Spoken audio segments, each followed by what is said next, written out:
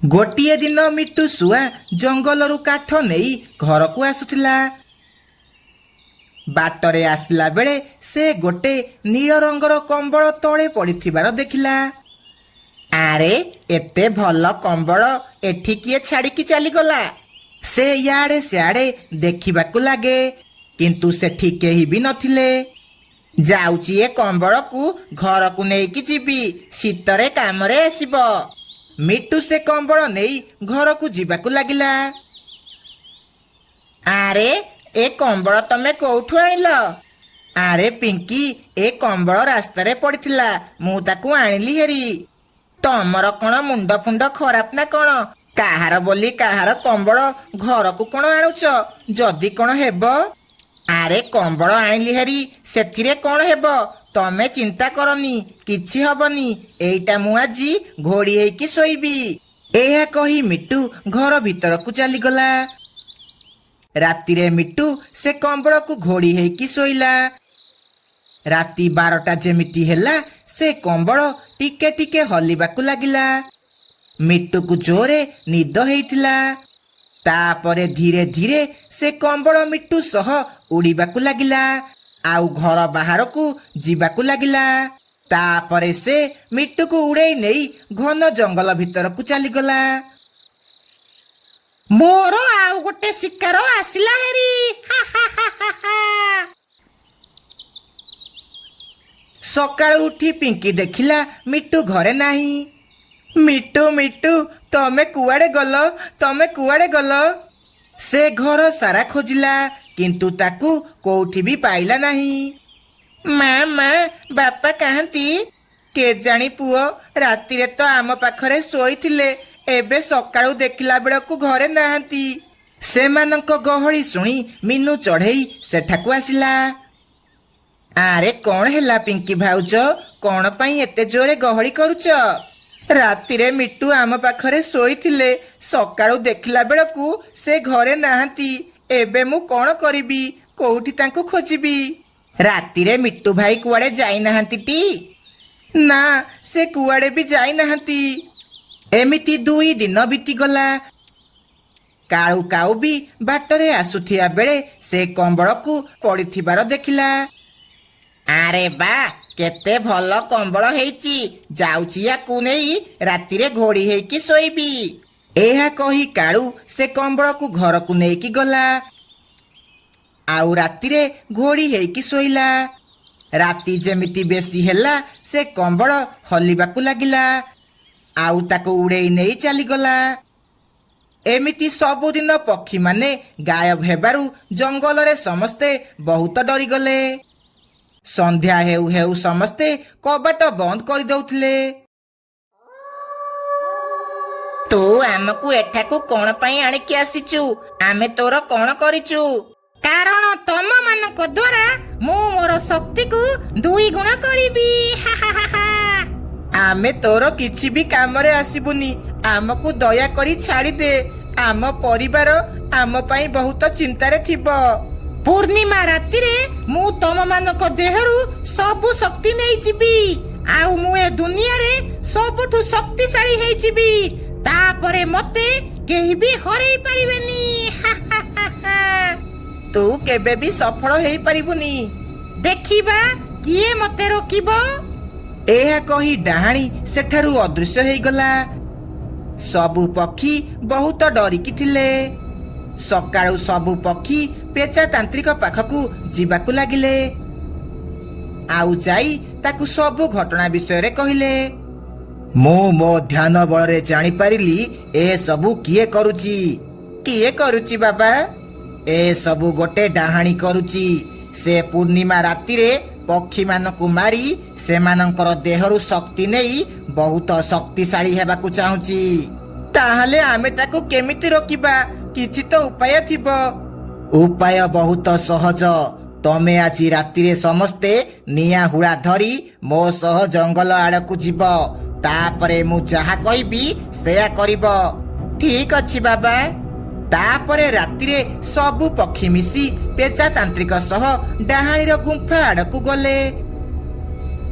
ସେମାନେ ସେଠି ଯାଇ ଦେଖିଲେ କାଳୁ ମିଟୁ ସହ ଅନ୍ୟ ପକ୍ଷୀମାନେ ବି ବନ୍ଧା ହେଇଥିଲେ। ବିଟୁ, ତମେ ଠିକ ଅଛଟି? ହଁ, ମୁଁ ଠିକ ଅଛି, କିନ୍ତୁ ତମେ ସବୁ ଏଠାକୁ କଣ ପାଇଁ ଆସିଲ? ଏଠୁ ଜଲ୍ଦି ପଳା। ତୁ ବ୍ୟସ୍ତ ହନା ବେଟା, କାହାର କିଛି ବି ହବନି। କିଏ କିରେ ତୁ ମୋ ଜାଗାକୁ ଆସିକି ବେଶୀ ବାହାଦୁରୀ ମାରୁଛୁ?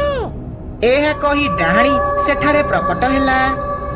ଆରେ ବା, ବିନା ପରିଶ୍ରମରେ ତମେ ସବୁ ଏଠାକୁ ଆସିଲ ହେରି। ହଉ, ଭଲ କଲ।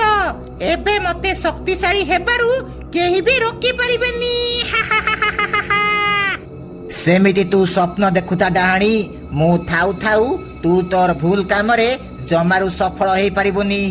ହଇରେ ବୁଢା, ତୁ ମତେ ରୋକିବୁ? ରହ, ତତେ ଏବେ ମଜା ଶିଖଉଛି। ଏହା କହି ଡାହାଣୀ ଯେମିତି ତାନ୍ତ୍ରିକକୁ ମାରିବାକୁ ଯାଇଛି, ସେତିକି ବେଳେ ମିନୁ ସେ କମ୍ବଳ ଦେହରେ ନିଆଁ ଲଗେଇଦେଲା। ଏ ମୂର୍ଖ ଚଢେଇ, ଇଏ ତୁ କଣ କଲୁ? ସେ କମ୍ବଳ ଭିତରେ ମୋ ଶକ୍ତି ଥିଲା, ତୁ ତାକୁ ନଷ୍ଟ କରିଦେଲୁ। ତତେ ମୁଁ ଛାଡ଼ିବିନି। ପ୍ରଥମେ ତୁ ନିଜେ ତ ବଞ୍ଚିକି ଦେଖା, ତାପରେ ମତେ ମାରିବୁ। କମ୍ବଳ ଯେମିତି ଜଳିବାକୁ ଲାଗିଲା, ଡାହାଣୀର ଶକ୍ତି କମିବାକୁ ଲାଗିଲା। ଶେଷକୁ ସେ ଧୂଆଁ ହେଇ ଆକାଶକୁ ଉଡ଼ିଗଲା। ସମସ୍ତଙ୍କ ଦେହରୁ ସେ ଦୌଡ଼ି ହଟିଗଲା। ତାପରେ ସମସ୍ତେ ଖୁସି ଖୁସି ଘରକୁ ଫେରିଲେ। ଜଙ୍ଗଲ ଭିତରେ ବଣ୍ଟି ପାରାର ଗୋଟିଏ ଛୋଟ ଆଖୁ ରସ ଦୋକାନ ଥିଲା। ସେ ସକାଳୁ ସନ୍ଧ୍ୟା ଯାଏଁ ଜଙ୍ଗଲରେ ଆଖୁ ରସ ବିକୁଥିଲା। ସେ ତା ସ୍ତ୍ରୀ ଲୁସି ଆଉ ତା ପୁଅ ଟିକି ସହ ରହୁଥିଲା। ହେଇଟି, ତମେ ତ ବହୁତ ପରିଶ୍ରମ କରୁଛ, କିନ୍ତୁ ଆମର ବେଶୀ ପଇସା ତ ହଉନି। ଏ ଆଖୁ ରସ ବେପାର କରିକି ଆମର କଣ ଲାଭ? ଆରେ ଲୁସି, ଯେତିକି ପଇସା ହେଉ, ଆମେ ତ ଚୋରି କରୁନେ ନା, ଆମେ ତ ପରିଶ୍ରମ କରୁଛେ। ବାକି ସବୁ ସେଇ ଭଗବାନଙ୍କର ଇଚ୍ଛା। ବାପା ବାପା, ମୁଁ ବି ବଡ଼ ହେଲେ ଗୋଟେ ବଡ଼ ଦୋକାନ ଦେବି। ହଁ ରେ ପୁଅ। ଏମିତି ସେ ପରିବାର ବହୁତ ହସ ଖୁସିରେ ଥିଲା। ଗୋଟିଏ ଦିନ ପ୍ରବଳ ଜୋରେ ଖରା ହେଉଥିଲା। ବଣ୍ଟି ସେଇ ଖରାରେ ଆଖୁ ରସ ବିକୁଥିଲା। ଆସ ଆସ ଭାଇ ଭଉଣୀମାନେ, ଥଣ୍ଡା ଥଣ୍ଡା ଆଖୁ ରସ ପିଇବ। ଗୋଟିଏ ଥର ପିଇଲେ ବାରମ୍ବାର ଆସିବ। ଗରମ ଦିନରେ ଥଣ୍ଡା ଥଣ୍ଡା ଆଖୁ ରସ ପିଇବ, ଆସ। ସେ ଏମିତି କହି ବିକୁଥିଲା ବେଳେ ଜମିଦାର ଚିଲ ତାର କିଛି ଲୋକଙ୍କ ସହ ସେଠାକୁ ଆସିଲା। ଆରେ ବଣ୍ଟି, ଆମକୁ 3 ଗ୍ଲାସ ଥଣ୍ଡା ଥଣ୍ଡା ଆଖୁ ରସ ଦେଲୁ। ଆଜ୍ଞା ବାବୁ, ଏବେ ଦଉଛି। ବଣ୍ଟି ସାଙ୍ଗେ ସାଙ୍ଗେ କିଛି ଆଖୁ ପେଶି ବଡ଼ ବଡ଼ ଗ୍ଲାସରେ ତାଜା ଆଖୁ ରସ ଦେଲା। ସେ 3 ଜଣ ବହୁତ ଆରାମସେ ଆଖୁ ରସ ପିଇଲେ। ବାଃ, କି ଆଖୁ ରସ ବେ, ପୁରା ମଜା ଆସିଗଲା। ବାବୁ, ତମର 100 ଟଙ୍କା ହେଲା। ଆବେ, ତତେ କିଏ ପଇସା କଥା କହିଛି କି? ନାଇଁ ବାବୁ, ଆପଣ ପଚାରିବା ପୂର୍ବରୁ ମୁଁ କହିଦେଲି। କୋଉ ପଇସା କିରେ? ପଇସା ଫଇସା କିଛି ମିଳିବନି। ନାଇଁ ବାବୁ, ସେମିତି କୁହନ୍ତୁନି। ମୁଁ ଗରିବ ଲୋକ, ପଇସା ନ ଦେଲେ ମୋ ଘର କେମିତି ଚଳିବ? ତୋ ଘର କଥା କଣ ଆମେ ଠିକା ନେଇଛୁ? ବାବୁ, ପଇସା ନ ଦେଲେ ମୁଁ ପୋଲିସ ପାଖକୁ ଯିବି। କାଇଁ, ତୁ ଆର୍ମି ପାଖକୁ ଯାଉନୁ? ଏମିତି ସେମାନେ ବଣ୍ଟିକୁ ପଇସା ନ ଦେଇ ହସି ହସି ସେଠାରୁ ଚାଲିଗଲେ। ବଣ୍ଟି ବହୁତ ମନ ଦୁଃଖ କଲା। ସନ୍ଧ୍ୟା ବେଳେ ସେ ତା ବେପାର ସାରି ଘରକୁ ଫେରିଲା। ସେ ଘରକୁ ଫେରୁଥିବା ବାଟରେ ହଠାତ୍ ଜମିଦାର ତା ଗୁଣ୍ଡାମାନଙ୍କ ସହ ସେଠାକୁ ଆସିଲା। ଆବେ, କଣ କହୁଥିଲୁ ସେତିକି ବେଳେ? ପଇସା ନ ଦେଲେ ପୋଲିସକୁ କହିବୁ? ବାବୁ, ମୁଁ ତ କେବଳ ମୋ ପଇସା ମାଗୁଥିଲି। ଆପଣ ଦେଲେନି ବୋଲି ମୁଁ ପୋଲିସ କଥା କହିଲି। ତୋର ଏତେ ସାହସ, ତୁ ମତେ ପୋଲିସ ଡର ଦେଖେଇବୁ?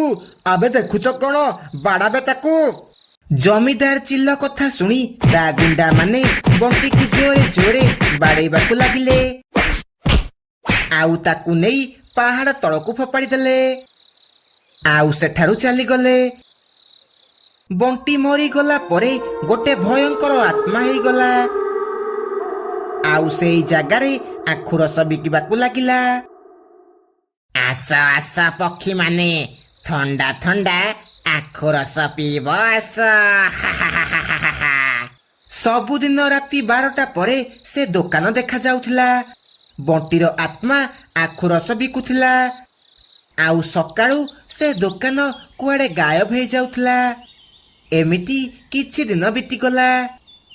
ଗୋଟିଏ ଦିନ ରାତିରେ ଜମିଦାର ଚିଲ ତା ଲୋକମାନଙ୍କ ସହ ଘରକୁ ଫେରୁଥିଲା। ବାଟରେ ତାକୁ କିଛି ଲାଇଟ୍ ଦେଖାଗଲା। ସେମାନେ ସେହି ଲାଇଟ୍ର ପିଛା କରି ଗଲେ। ସେମାନେ ଦେଖିଲେ ସେଇଟା ଗୋଟେ ଆଖୁରସ ଦୋକାନ। ଆରେ ଏତେ ରାତିରେ କ'ଣ ଆଖୁରସ ବିକା ହେଉଛି? ଆସ ଆସ ଭାଇ, ଆଖୁରସ ପିଇବ ଆସ। ଆରେ ତତେ ତ ସେଦିନ ଆମେ ପାହାଡ଼ ତଳକୁ ଫୋପାଡ଼ି ଦେଇଥିଲୁ। ତୁ ତାହେଲେ ବଞ୍ଚିଲୁ କେମିତି? କ'ଣ କରିବା ବାବୁ, ଦୋକାନ ତ ଚଲେଇବାକୁ ପଡ଼ିବ ନା।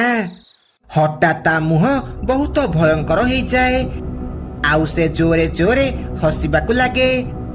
ପବନ ବି ସେତିକି ବେଳେ ଜୋରେ ଜୋରେ ହୁଏ। ନାଇଁ ବାବୁ, ଇଏ ସେ ବଣ୍ଟି ନୁହଁ, ଇଏ ତା ଆତ୍ମା। ବାବୁ, ମୋ ପରିଶ୍ରମର ପଇସା ମାଗିବା କ'ଣ ଭୁଲ ଥିଲା କି? ଆମକୁ ଛାଡ଼ିଦେ, ଆମର ଭୁଲ ହେଇଯାଇଛି, ଆମକୁ ଛାଡ଼ିଦେ। ତତେ ଛାଡ଼ିଦେଲେ କ'ଣ ସବୁ ଠିକ ହେଇଯିବ? ମୋ ପରିବାର ତ ରାସ୍ତାକୁ ଆସିଲେ ହେରି ନା। ଏବେ ତତେ ମରିବାକୁ ପଡ଼ିବ। ଏହା କହି ବଣ୍ଟି ସେ ଜମିଦାର ଚିଲକୁ ଧରି ତା ଆଖୁରସ ମେସିନ ଭିତରେ ପୂରେଇ ଦିଏ। ଜମିଦାର ଚିଲ ସବୁଦିନ ପାଇଁ ଶେଷ ହେଇଯାଏ। ଏହା ଦେଖି ସେ ଗୁଣ୍ଡାମାନେ ଭୟରେ ଥରିବାକୁ ଲାଗିଲେ। ଆମକୁ କ୍ଷମା କରିଦେ, ଆମେ ପୋଲିସକୁ ଯାଇ ସବୁ ସତ କଥା କହିଦେବୁ, ଆମକୁ ଛାଡ଼ିଦେ। ତା ପରଦିନ ସେ 2 ଜଣ ଯାଇ ପୋଲିସକୁ ସବୁ ସତ କଥା କହିଦେଲେ।